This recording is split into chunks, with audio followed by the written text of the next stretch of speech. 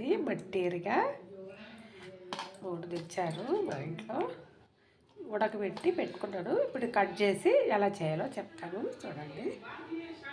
చూసాను friends, oil వేసుకున్నాను, pan పెట్టి లవంగాలు వేసాను. చూడండి ఫ్రెండ్స్, కట్ చేసి పెట్టేసాను.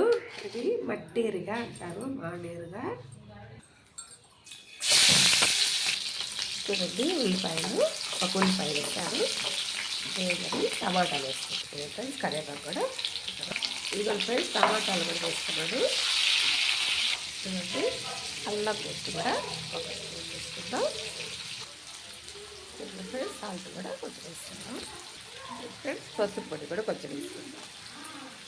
చూడండి ఫ్రెండ్స్, వేయాలి.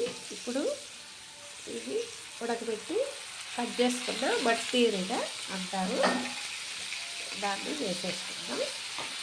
ఇదిగోండి ఫ్రెండ్స్, కారం కూడా తగినంత కారం వేసుకుందాం. ఇప్పుడు బాగా వేసుకుందాం కాసేపు, తర్వాత వాటర్ వేసుకుందాం. చూడండి ఫ్రెండ్స్, చాలా బాగుంటుంది మట్టిరిగా. ఇలాగ వేసుకోండి, ఆరోగ్యానికి చాలా మంచిది. ఇదిగోండి ఫ్రెండ్స్, మసాలా, గరం మసాలా కూడా వేసేసుకున్నాను. ఇప్పుడు బాగా వేసుకుందాం.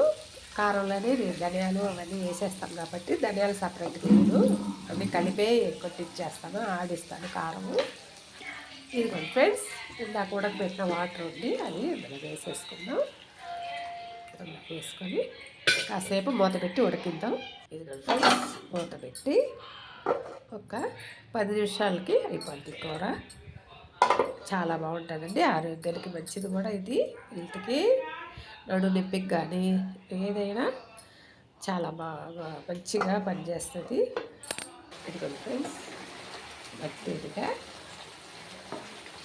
కర్రీ చాలా బాగుంటుందండి. యూజ్ చేసుకోండి.